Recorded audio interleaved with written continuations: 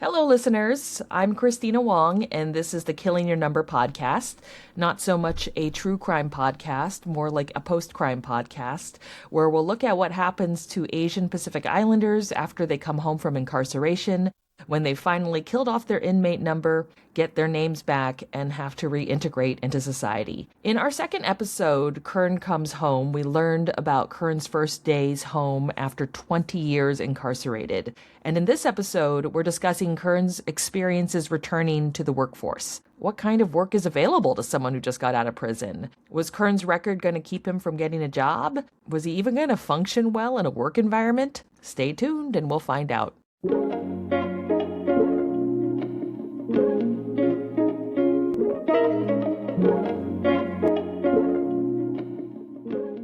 So, Kirn, what kind of job training is available to somebody in prison? There's vocational training available at different prisons, but as a lifer, because of security issues, it wasn't available to me. What is this vocational training that's so dangerous that lifers don't have access to it?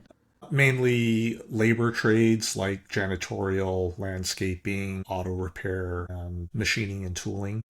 So you don't have access to that as a lifer, because I guess it's just too dangerous to trust lifers with big sharp objects. But also, they didn't want to spend time training people who they knew were never going home. Oh, wow. So what do you have access to? Eventually, when there's not enough people to fill the vocational trade spots, then they'll allow a lifer in after they've been incarcerated for a long time and they drop security level.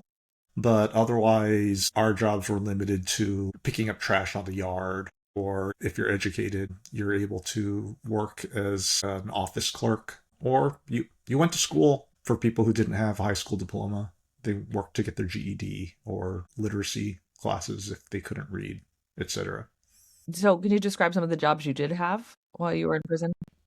I originally started on the yard crew, so yeah, I was picking up trash, I was filling up water tubs, but eventually, as people got to know me and I earned trust with the guards, then I was able to work as a clerk in the offices, typing reports, mainly just like secretarial work. So Kirn, you actually got a college degree, is that right, while you were in prison? I did, but Yeah. it was a very hard fight to get it. Because I hear comedians joke all the time, like I have a cousin that got his degree in prison, and it seems like it's a possible thing, but it's actually very hard to get because it was hard to do your coursework, or it was just hard to what was hard about it? Well, the today, because of all the reforms that have taken place, there are college programs available at every prison. But back then, there wasn't. It was very dependent on the particular prison you were at.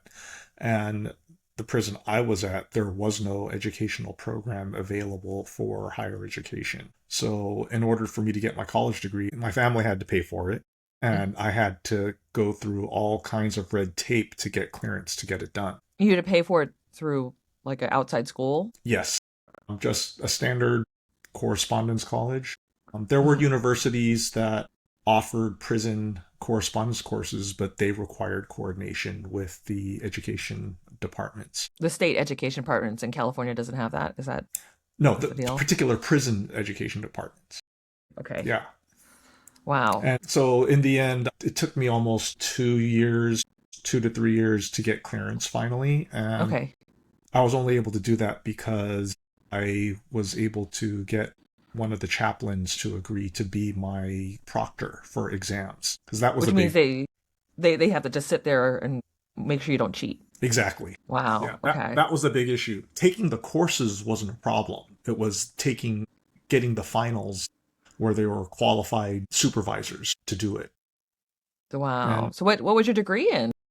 so I started off getting a associate degree in accounting. Hmm. I figured, stereotypical Asian and math. Why not that? But one of my coworkers in prison, he was a former banker, and he told me that as a felon, I could not get a CPA license. So for that reason, after I got my associate's degree, I changed my major to general business administration. How do you take classes when you're inside prison? How does that work? Well, back then it was mainly just through the mail. They would send books and I would just study, then take a paper exam and mail the tests in, whether it was written or the old Scantrons, if you remember those, Hmm. fill in the bubbles. Later, as colleges started shifting to online education, I didn't have access to the internet inside. But yeah, I had no live teachers. Some courses did offer videos that I was able to watch, in my time at the chapel. But otherwise, pretty much it was all over the mail. Eventually, as stuff started going online, I needed to get my information from online. So I'd ask my mom during phone conversations to, read to me what's on the web page, and I'd have her link to this, link to that, just to get all the information I needed. You're like a man on an island trying to get this Yeah, degree. yeah. So, how long did it take for you to get your degree? And is there graduation in prison? For my associate's degree, it took me about 5 years Wow. because of at that point, I had moved prisons and had to fight to get, reapproved. I mean, the 5 years doesn't count the 2 years before that I was fighting to get approval in the beginning, so 7 years, I guess. But once I got approval at the new prison that I was at, going on to the bachelor's degree wasn't as difficult. So, all in all, I would say it took me about 10 years to get my degree. I know Homeboy Industries that supports formerly incarcerated people. They have a graduation ceremony. Is there graduation inside prison when you go to correspondence school that not everyone else is your classmate at? So the graduation was pretty much graduation for anything, whether it was people getting their GED, high school diploma, or their vocational certificates. But this particular time, the prison started offering associate degrees through one of the community colleges. So there were a number of people getting their associate's degree, and I was the one person getting my bachelor's degree. So they allowed family members to come into the prison for that. Hmm. And so it was kind of nice, I guess. You have a robe? Did you have a robe and a mortarboard? Yeah, I did. I had a robe. I had that collar that you get for your bachelor's degree. So it was pretty nice. If I have a photo, I'll post it. But at the Yeah. time, I was a little rotund. So Robe hides 50 pounds. So you actually get to be a lifer who leaves prison. Mhm. And are you thinking at all about, like, oh, wait, I need to find a job now that I'm getting out? Does that cross your mind at all?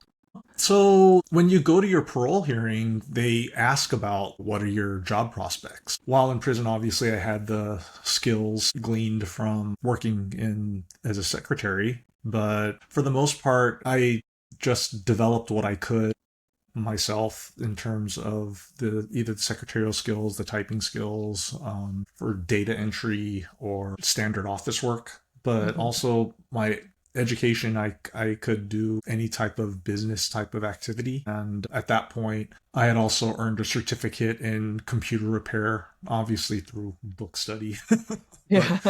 because I had computer skills from before my incarceration, I was able to adapt my knowledge to current technology, despite the fact that I wasn't able to physically touch it. So does that affect your parole, like how your job prospects look, or do you have to name like this is how I plan to go about getting a job or where I plan to apply? I had a whole 3 year plan that I wrote out to the board about my job hunt and my plans for that. But when I finally do get out, your plans all go out the window, you Yeah. know?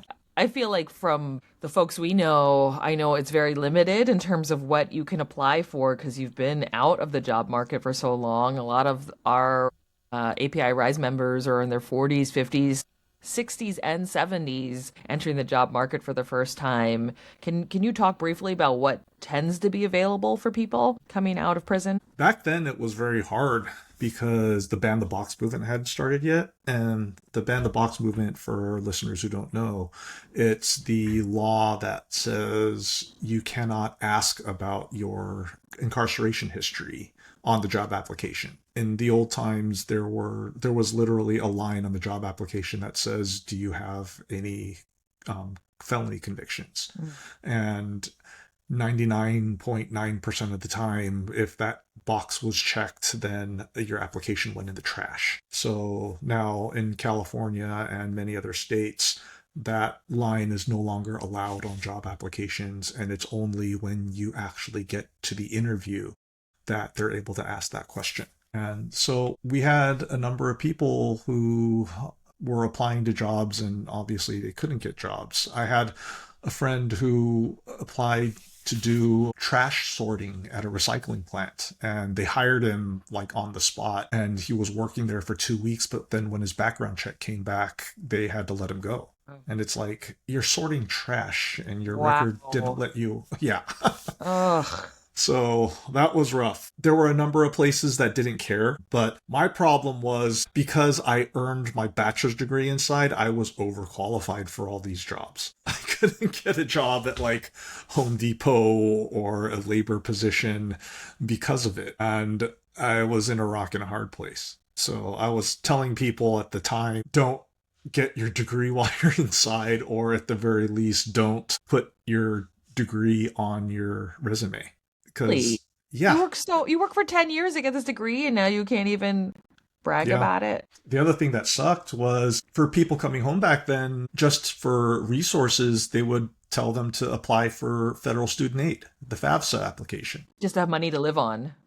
Exactly. And just go to school and qualify and and go to work. But again, because I had that bachelor's degree, I could not get FAFSA. I was not Wow. qualified for it. So again, so I tell people, don't get your bachelor's degree while inside. But I don't. Things have changed now. I don't know how that works. I mean, if you have a bachelor's degree, you still don't qualify for FAFSA. But I don't know what the exact rules are now. That's a tough message to, I don't know that, like I wouldn't want to discourage people from getting a degree on the inside so they couldn't do this loophole after the fact, which is live off FAFSA Yeah, while you try to find your job. But, yeah, I guess that was something you were struggling with. So where do you yeah. end up working? So at the time, my family friend, they had a cafe, so I ended up working there for part time. I had gotten out, as I said, right before Christmas.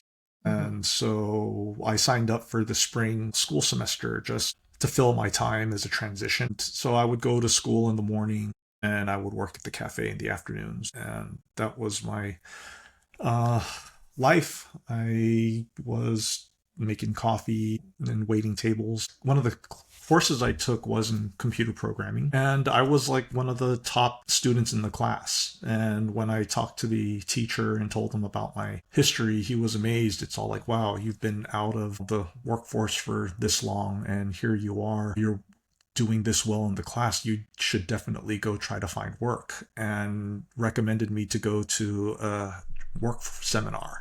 And they happened to have a seminar for STEM. STEM is science, technology, engineering, and mathematics. And so I went, and unfortunately, because of my record, obviously, I couldn't get a job. I mean, I talked to all these recruiters. I told them how well I was doing. The teacher had recommended me to look up a few people, and they were all like, oh, wow, great that you're home, but I'm sorry, with your record, there's no way anyone's going to take a chance on you. And Oh. yeah.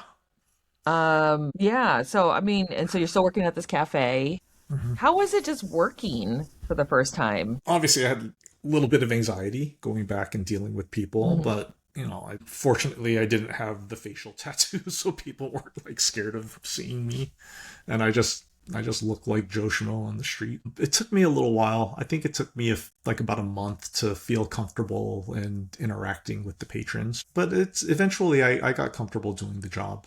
But I mean, that was a starter job, and once the semester was over, I had to go on and try to find other work. So it sounds like, okay, you've got this temporary job at a cafe, you're taking classes, you're already beginning to get turned down because of your incarceration history. Are you developing a strategy about how you're going to go about looking for work, or do you just keep receiving no's as you go? My plan originally was just work at the cafe and do school for the first, 4 months that I was out. And then once the summer hit, then I'd start looking for work. And that's exactly how I went about it. Once the semester was over and the cafe owners, they told me, hey, look, go find work. Because at that point, being that it was summer, they had high school students that they could hire to, Mhm. fill my job. So that's where I went off and started going through the job hunt to be an adult in the world. And then what is your strategy then with your history? So at the time, California had what was called enterprise zones. Hmm. Enterprise zones were economically distressed areas that offered tax credits to hire certain disadvantaged community members, like people who were on social services, former military, and recently incarcerated. Mm. And so I went to one of the enterprise zones for a job interview. And the career counselor there, it turns out, was someone who used to work for the prison department parole as a Oh, job resource locator. But when I shared my story with him, he had me stay after class. And then he just said, look, I'm sorry. I mean, I'm really glad that you're home. You're the first lifer that I've ever had the opportunity to work with, but there is no resource for you. As someone with a violent conviction, and especially someone with a murder conviction. And so, I mean, he was just shocked to see someone like me. oh, yeah. Oh my But gosh. yeah, but as someone who worked for paroles and then shifted to working in enterprise zone, obviously that was like a huge letdown for me. Where I thought, wow, here's this, you know, place that's been zoned to hire formerly incarcerated people, but nope, not for you. So then I started researching some more. I put out a ton of applications, but I wasn't getting any interviews at all. So I ended up signing up for a temp agency. I figured, at least temp agencies, they should have a lot of work available. But the first counselor that I talked to was telling me, look, I don't know if it's so much your record, but the biggest factor is that you don't have a work history. Employers want a work history in order to hire someone. And so that temp agency didn't work out. So I tried different temp agencies. One temp agency, the difficulty there was that as soon as they saw my application and saw that I had this murder conviction, they wouldn't talk to me. Yeah. There was one person doing the interviews for office work, and obviously he wouldn't see me. And then the next day I came in at 8 a.m. when the temp agency opened. I sat in a chair directly across from his office and stayed there from 8 a.m. to 4 p.m. and didn't move. And it turns out he was so scared of even talking to me that he pretended that he was busy the entire time, and he Oh, didn't interview anyone that day. And when the office was closing, I just went to the receptionist and I just said, look, I didn't come here to cause any problems, but you see my dedication. I just want to work. Could you please give me a chance? And she said, I will talk to the interviewer, but never got a call back. At another temp agency, the interviewer had said, look, with your record, we can't get our insurance agency to bond you. And because I needed a work history, I said I was offering to pay my own bonding. I asked to be in contact with their insurance agent, and we went back and forth on this for a while. And finally, the interviewer just said, look, it's not a matter of bonding. I'm your age. I was in high school when your crime happened. I remember you. It's not your record. I don't want to work with you. And so, yeah, you can imagine. like breakup season, except for the workplace. Doors were shut left and right. Mm. And finally, I got depressed, obviously. Hmm. And I started going through my stuff, and I realized, oh crap, I've been home now for 6, 8 months and I haven't contacted anyone. Mm. And I had set up all these different little like surreptitious avenues to contact people, fake addresses, aliases, using different people's names. And so I finally wrote a Wait, letter. why? Wait, what is this? You had explain this to me. I don't understand this So, fake so address stuff. being on parole back then, you weren't allowed to be in contact with anyone who was still incarcerated. So it was a violation of parole for me to write to anyone inside prison, and it was a disciplinary write-up for them. Normally, this surreptitious contact was to plan criminal activity. At least that was the paranoia behind why they had these restrictions put in place. But for me, it was just I wanted to be able to talk to my friends. Yeah. You know, as we mentioned in my coming home episode, I mean, these were people I'd known for decades. And so I finally wrote a letter to one of my friends, and it turns out that his brother had a business and he needed help. So you got So this job through your secret writings into prison. That's what exactly. okay. So yeah. Your So non-crime job, your new exactly. not crime job. Yeah. Okay. So Wow. so my friend's brother, his office manager was like 80 years old and retiring, and he needed someone to do the office work. And it turns out because his office manager was 80 years old, he needed help digitizing everything because everything was Mm. still done on paper. And so lo and behold, I'm able to use my accounting skills to digitize his business. So I ended up working there for a while, re-inputting all business records Hmm. into a digital accounting software. He finished all the Yeah. work and he became self-sufficient.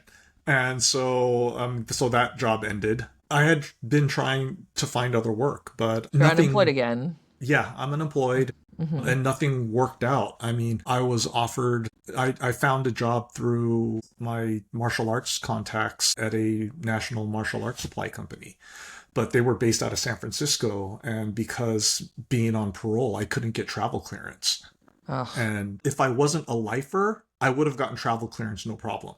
But because I was a lifer, they wouldn't give me travel clearance. And it's all like, we don't know how legitimate this company is. If they went online, they would have seen that it was an internationally recognized martial arts company, mm. you know, but I couldn't get the clearance to go get the training and start the job. Hmm. So that was another fight. Eventually, they broke down and allowed me to get the travel clearance. So I went, but then that job didn't work out. It was, they required way too much travel. I got clearance a couple of times to go to events, but because they were an international level company, I needed more travel than what I was Yeah. allowed to get. So that didn't work. I found other jobs that would have worked out, but then they were too far from home. I Yeah. mean, one job required me to drive all the way to West LA every day, and I couldn't do that. I mean, I Yeah. almost crashed twice because I was so fatigued from being on the road for 4 hours a day, you know, working 8 hours a day and then dealing with everything else I had to deal with. And again, being on parole, I couldn't move to LA County. Yeah, it was at that point that I was really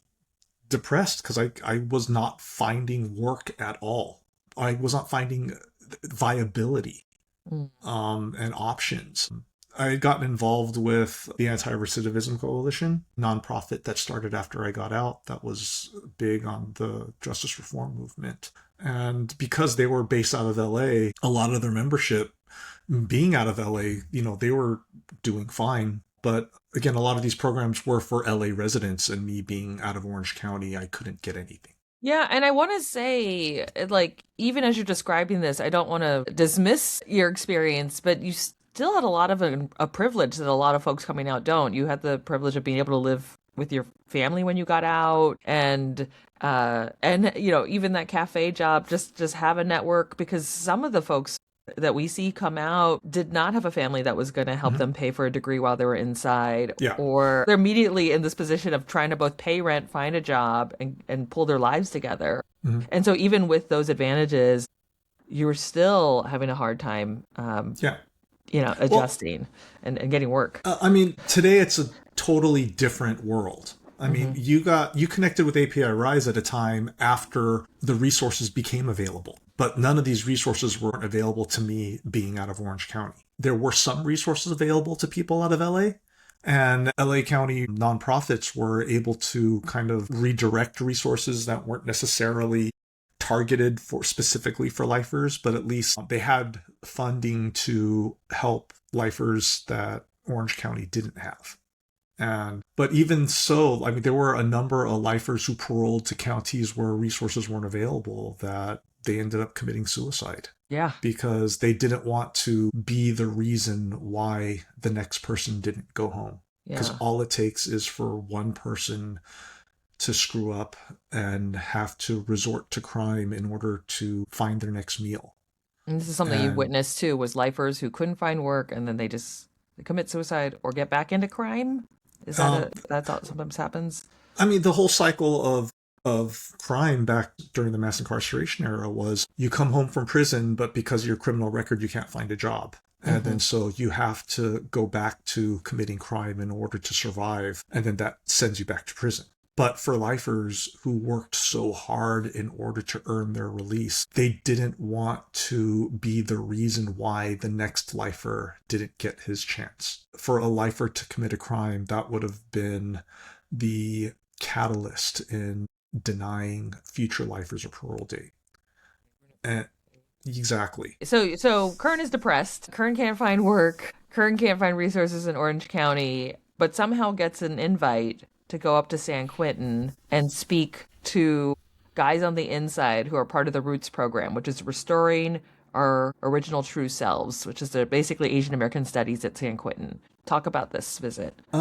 So at this point, I had connected with Paul Jung, who founded API Rise, and I was also a part of the Anti-Recidivism Coalition. This program at San Quentin was called AAPI's Behind Bars. It was the first major national convening dealing with AAPI incarceration. It was a conference inside of San Quentin.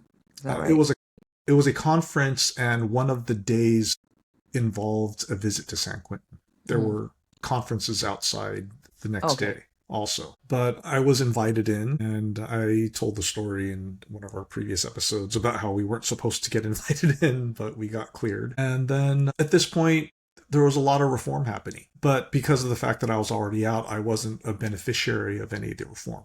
And I wasn't qualified for any of the reform because I was grandfathered out of a lot of the resources that were coming down the pipe. People were seeing opportunities to come home, and they were just starting up.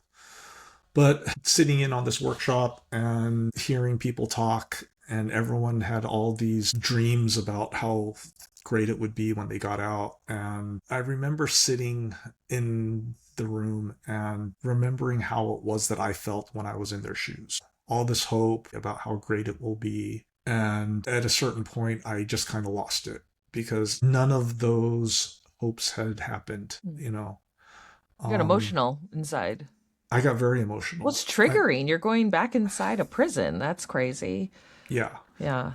And um, it was really hard because it, remembering the feelings that I had on coming home and my hopes and dreams, but with all the roadblocks that were put up for me to even start trying to achieve it. I said, guys, life is hard outside. I was rain on their parade. Here we had this group of people who were looking at the reforms, looking at the possibilities, and here I was, being the Debbie Downer in the room. You referenced the San Quentin visit in past episodes, but yeah, I had no idea you actually managed to bum everybody out, dash their dreams about getting out, and make the world on the outside look kind of fucked. Yeah, no, but I did catch myself. And I said, things are changing, and I'm seeing the change happen in real time. And so by the time a lot of these people would have gotten the opportunity to earn their parole and be released, I said things might be different at that point. And sure enough, they were. 6 months later, because of the work I did in advocacy, whether it was through the early days of API Rise or my work at the Anti-Recidivism Coalition, I ended up getting a job at a major health philanthropy in California. And that was the first lifer ever hired at a major philanthropy. So that's the And California Endowment, and yes, you were there for how many years? I was there for 6.5 years. That's amazing. My hiring there was really the endowment putting their money where their mouth was when it came to funding work for Ban the Box. It was a health issue because of the fact that obviously if you couldn't find work, that had a detrimental impact to your mental health, as we saw with the number of lifers who committed suicide. And so here I was, a former lifer who had the qualifications to do all the work, but I couldn't get a job anywhere. And the endowment realized that they needed to hire someone to set the example. And that was a really great thing because in the end, because of my hiring at the endowment, that really opened up other avenues for former lifers to be hired in the nonprofit space. Up until this point, despite the fact that I was on panels and leading strategy discussions, no one wanted to hire me because they were like, you don't have a public policy degree, you don't have a social work degree, you don't have a law degree, so you're not qualified to do this work. And it's like, screw you. You Yeah. know, you want to glean all this knowledge from me, but yet you don't want to pay me for it, but you'll pay this advisor the multi-$1,000 contract to do all the stuff that I was doing. And so my endowment hiring really was the catalyst to change to where lived experience actually became a job qualification rather than a job hindrance. And so over my time at the endowment, that was a big change. And now we see people, especially former lifers, get jobs because of their lived experience. And so at a certain point, because I wanted to work in tech when I first got out and I couldn't get the job from that STEM seminar, eventually Silicon Valley came to support the reform movement, and there were programs set up for people to learn coding inside prison. And I just felt, okay, maybe the time is right for me to leave, because I always had that little itch that I wanted to work in technology. And I owed it to 16-year-old Kirn to try to go back and work in technology. Eventually, I left the endowment. I started working in tech, and then I did pretty well there for a few years. But unfortunately, I was early in the push out from AI. I was working in the smart home sector, Okay. and one of the big companies was trying to decide on their AI build out. And smart home was one of the areas where they were pushing AI integration at the very early stages. So my contract wasn't renewed. And You were replaced so, by AI? yes. Oh, God. And then, so I went back to school to try to refresh my knowledge, but that was a bigger mistake because now, as AI is getting bigger and bigger, more people are losing their jobs in the tech Ugh. space. And so, people with way more experience than me are now taking up the jobs that I would have qualified for had I not stopped to go back to school. I know you, I didn't realize that you'd been sitting on so much guilt around the San Quentin visit and how you bummed Mhm. everybody out until we interviewed Pun, who was actually still incarcerated at that time. And you got a Mhm. chance to actually kind of lighten your emotional load and share your guilt with him and I guess apologize for how that went over that day. I felt like you felt better after getting to share that with him. Pun was the lead in that group. And Mm, so, and he dealt with the backlash of what I had said that day. yeah, I was dealing with a lot. yeah, And it was very wrong of me to talk about it then, but some other volunteers had told me it was a reality check for them. Because the whole reason why lived experience became a desired factor for job prospects was the reality that people coming home had no one else to rely on for advice other than the people who experienced it for themselves. And here I was, someone who experienced it and being able to come back in and talk about it. And a lot of times people who come home, when reality hits them, and it's cold water in the face, and they realize that, man, this isn't what I was expecting. That's a trigger that leads yeah. people to regress back to their former ways of thinking. So it was a preparation for some people. At least that's what some of the volunteers have told me. No, I've told everybody I've never been to prison. The closest thing I can compare it to is I was brought back to my high school, my Catholic all girls high school for career day. I was still in my 20s and I had no idea how triggering it would be to see all of my old teachers, to like, I think part of me had a little chip on my shoulder. I wanted to show how successful I was, but the truth was I wasn't, like, or I could convince myself I was. I could try to convince them. And yeah, I had a complete psychotic break that day, like meltdown, which is chronicled in Wong Flew Over the Cuckoo's Nest. But yeah, it's like I'm just shocked that you went inside a prison after just such a traumatizing space. We interviewed Kanaka about this. We haven't posted it, but I went with her to Adelanto, the ICE detention, and I could see her just getting. We went to support someone else who was having a hearing, and she was getting so triggered just seeing guards and stuff she recognized and seeing the yard and people inside the yard. It was yeah. It's Yeah. not. So we've Well, all been back in our own weird way. Just yours is yeah. very specific. Yeah, and also being literally the first time a former lifer had returned to prison and while Willingly. still actively on parole. Obviously, no one really knew how the reaction would be. And that's why today there's still people who won't do the support work, the in reach going back into prisons because it's too triggering for them to Yeah. walk back onto prison grounds. And I don't want to diminish what happened that day. Maybe my reaction was minimal compared to what some other people might have experienced that they've Yeah. been going through that kind of a re-traumatization. So I guess now you find yourself, so I don't know where you started again, looking for work. To me, it's you've been looking for work for this whole year. It sounds like, and Uh, I feel it. Are you finding the same challenges that you were finding then? Not as much anymore. I mean, it's obviously because of the ban the box laws in place. That's not an issue. Mm-hmm. And now it seems like I'm just fighting with all the same struggles that anyone in the workforce trying to find work is having to deal with. So, Fighting the eh, robots, mhm. I the mean, robots coming for your jobs. it's still a struggle. It still sucks. This economy is still Yeah. not a very the number of work opportunities are not as available as they could be. But I guess I should be glad that it's not my record that's holding me back now. Now it's just the economy in general, but that's still not a good feeling. Well, thank you, Kern, for sharing that.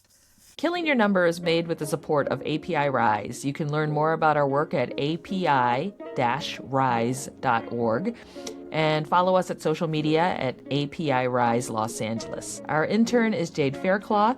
Music is by Jason Chu and Leo Zia. You can also check out my book, Auntie Christina's Guide to Asian American Activism, which is out now from Beaming Books. And if you're in Portland, May 26th through June 7th, catch my live show, Christina Wong, Food Bank Influencer, at Portland Center Stage. Details at pcs.org.